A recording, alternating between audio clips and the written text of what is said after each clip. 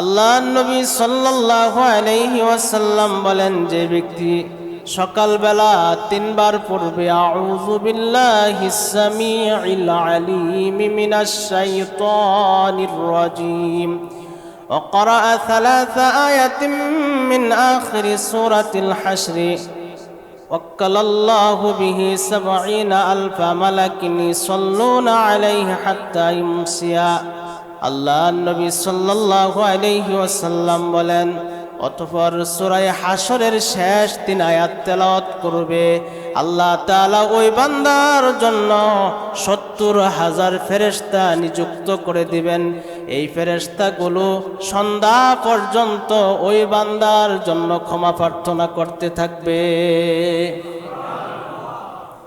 সূরা হাশরের শেষ ৩ আয়াত পড়বে আউযু বিল্লাহিস সামিউল আলিম মিনাশ শাইতানির রাজিম।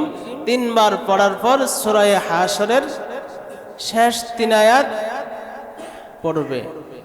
ওই বান্দার জন্য আল্লাহ তাআলা ৭০,০০০ ফেরেশতা নিযুক্ত করে দেন, যেই ফেরেশতাগুলো সকাল থেকে নিয়ে সন্ধ্যা পর্যন্ত দোয়া করতে থাকে। ওয়াইন মাতা ফি যালিকাল ইয়াউমি মাতা শাহীদা। আল্লাহর নবী বলেন, ওই বান্দা যদি ওই দিনে যদি মৃত্যুবরণ করে, তাহলে তার মৃত্যুটা হবে শহীদি মরণ, তার মরণটা হবে শহীদি মরণ। সুবহানাল্লাহ। আর যদি কোনো বান্দা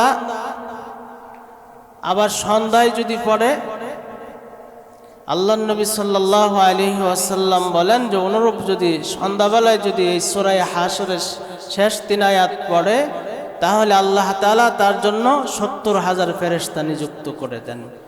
আর এই ৭০,০০০ ফেরেশতা সকাল পর্যন্ত বান্দার জন্য এরকম ভাবে দোয়া করতে থাকে। দোয়া উপরের দিকে উঠাইতে আল্লাহু আকবার। ঘুম আসে? হ্যাঁ,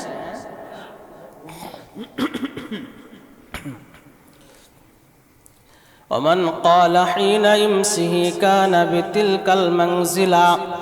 আল্লাহর নবী সাল্লাল্লাহু আলাইহি ওয়াসাল্লাম বলেন, অনুরূপভাবে কোনো বান্দা যদি সন্ধ্যায় যদি কোনো বান্দা সূরা হাশরের শেষ ৩ আয়াত তিলাওয়াত করে, আল্লাহর নবী সাল্লাল্লাহু আলাইহি ওয়াসাল্লাম বলেন, ওই বান্দার জন্য আল্লাহ ৭০,০০০ ফেরেশতা নিযুক্ত করে দেন। আর এই ফেরেশতারা সকাল পর্যন্ত মাগফিরাত কামনা করতে থাকে।